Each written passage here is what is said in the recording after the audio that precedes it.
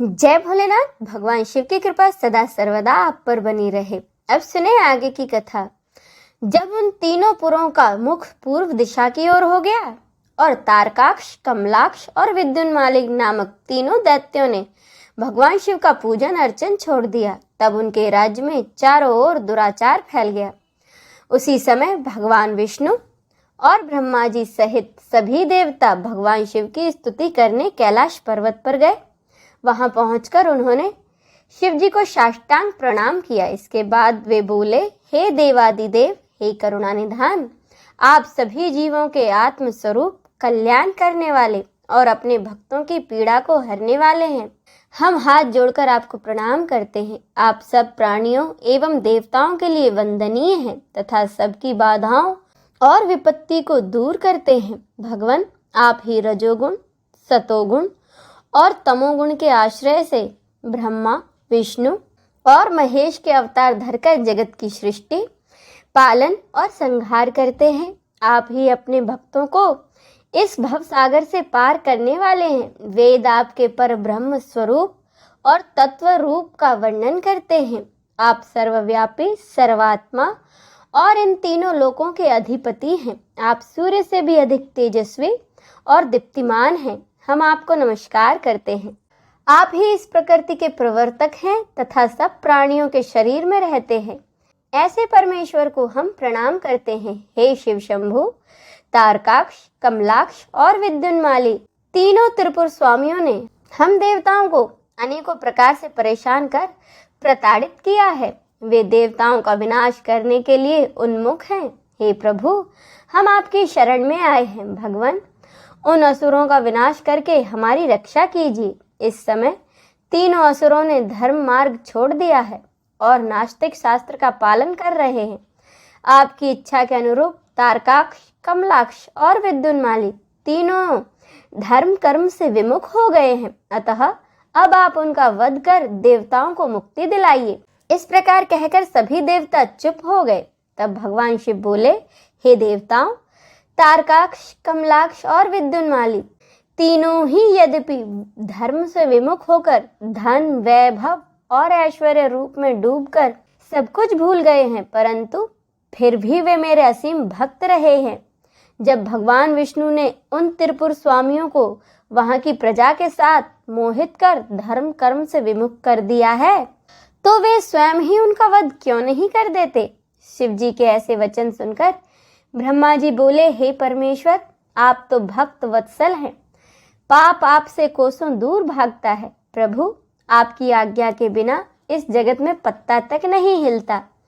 भगवान, आपकी इच्छा के अनुरूप ही भगवान विष्णु ने उन सबको मोहित कर पथ भ्रष्ट किया है। तब आप उन त्रिपुर स्वामियों का वध करके इस जगत का उद्धार कीजिए। प्रभु, आप तो इस जगत का आधार हैं। हम सब आपके सेवक हैं और आपकी आज्ञा के अनुसार कार्य को पूरा करते हैं। आप सम्राट और हम आपकी प्रजा हैं। ब्रह्मा जी के इन वचनों को सुनकर भगवान शिव प्रसन्न होकर बोले, हे ब्रह्मदेव, आप मुझे देवताओं का सम्राट कह रहे हैं, पर आप ऐसा कैसे कह सकते हैं, जबकि आप जानते हैं कि मेरे पास ना तो कोई दिव्य रथ है और ना ही कोई सारथी है। फिर भला मैं कैसे उन सर्व सुविधा संपन्न त्रिपुर स्वामियों को युद्ध में परास्त कर पाऊंगा। मेरे पास तो धनुष भी नहीं है जिससे मैं उन तीनों दैत्यों का वध कर सकूं। भगवान शिव के यह कहते ही सब देवता प्रसन्न हो गए। उन्होंने कहा, प्रभु, यदि आप उनका वध करने के लिए तैयार हैं तो हम सब भी आपके लिए रथ तथा अन्य अस्त्र शस्त्र सामग्री का प्रबंध कर देंगे। जब देवता ऐसा कह रहे थे, उसी समय देवी पार्वती अपने पुत्र को गोद में लेकर वहां आई। तब जगजननी माँ जगदम्बा को आता देखकर ब्रह्मा जी और विष्णु सहित अन्य देवताओं ने हाथ जोड़कर उन्हें प्रणाम किया। अपने पुत्रों को देख भगवान शिव उन्हें प्यार करने लगे। तब देवी पार्वती भगवान शिव को अपने साथ लेकर अपने भवन के भीतर चली गई। भगवान शिव के इस प्रकार बिना कुछ कहे अपने भवन में चले जाने के कारण सब देवता बहुत दुखी हो गए, परंतु वहीं खड़े रहकर भगवान शिव की प्रतीक्षा करने का उन्होंने निर्णय लिया। वे सब देवता वहीं शिव जी के भवन के द्वार पर खड़े थे। तभी भगवान शिव के गणों ने अपने स्वामी के द्वार के सामने भीड़ जमा देखकर उन पर आक्रमण कर दिया। देवता इस अनजान खतरे से संभल न सके और अपने प्राणों की रक्षा के लिए इधर उधर दौड़ने लगे। कई साधु और ऋषिगण तो गिर पड़े। चारों ओर हाहाकार मच गया। तब भयभीत होकर सब देवता भगवान श्री हरि विष्णु की शरण में गए। देवताओं को समझाते हुए श्री हरि विष्णु ने कहा, देवताओं तथा मुनिगणों, आप लोग इतना क्यों दुखी हो रहे हैं? महान पुरुषों की आराधना करने में दुख तो आते ही हैं। इन कष्टों को झेलकर ही भक्त की दृढ़ता बढ़ती है और वह अपने आराध्य देवों को प्रसन्न कर पाता है। भगवान शिव तो समस्त गणों के परमेश्वर हैं। आप सब मिलकर भगवान आशुतोष की प्रसन्नता के लिए ओम नमः शिवाय, शुभम शुभम कुरु कुरु शिवाय नमः मंत्र का 1 करोड़ बार जाप करो। वे इससे अवश्य ही प्रसन्न होंगे और हमारा कार्य पूरा करेंगे। भगवान श्री हरि विष्णु के इन वचनों को सुनकर सभी देवता बहुत प्रसन्न हुए और सहर्ष भगवान शिव की आराधना करने लगे। अपने कार्य की सिद्धि के लिए उन्होंने 1 करोड़ बार भगवान विष्णु द्वारा बताए गए मंत्र का जाप करना शुरू कर दिया। जैसे ही उनकी यह आराधना संपन्न हुई, भगवान शिव प्रसन्न हो उनके सामने प्रकट हो गए। शिव जी बोले, मैं आपकी इस उत्तम आराधना से बहुत प्रसन्न हूँ। आप अपना इच्छित वर मांगे।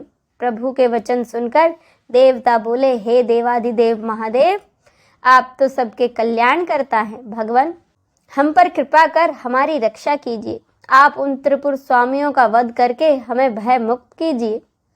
तब भगवान शिव देवताओं की प्रार्थना को सुनकर पुनः बोले, हे हरे, हे ब्रह्मदेव, हे देवगण तथा मुनियों, जैसा आप चाहते हैं वैसा ही होगा। मैं अवश्य आपकी आराधना सफल करूंगा।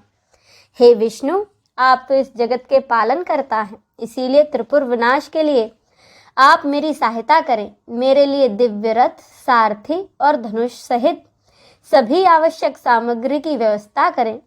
भगवान शिव की इच्छा जानकर सब देवता बहुत प्रसन्न हुए तथा शिव जी की आज्ञा अनुसार सभी युद्ध सामग्री की व्यवस्था करने लगे। अब इससे आगे की कथा का रसपान हम अगले अध्याय में करेंगे। हर हर महादेव।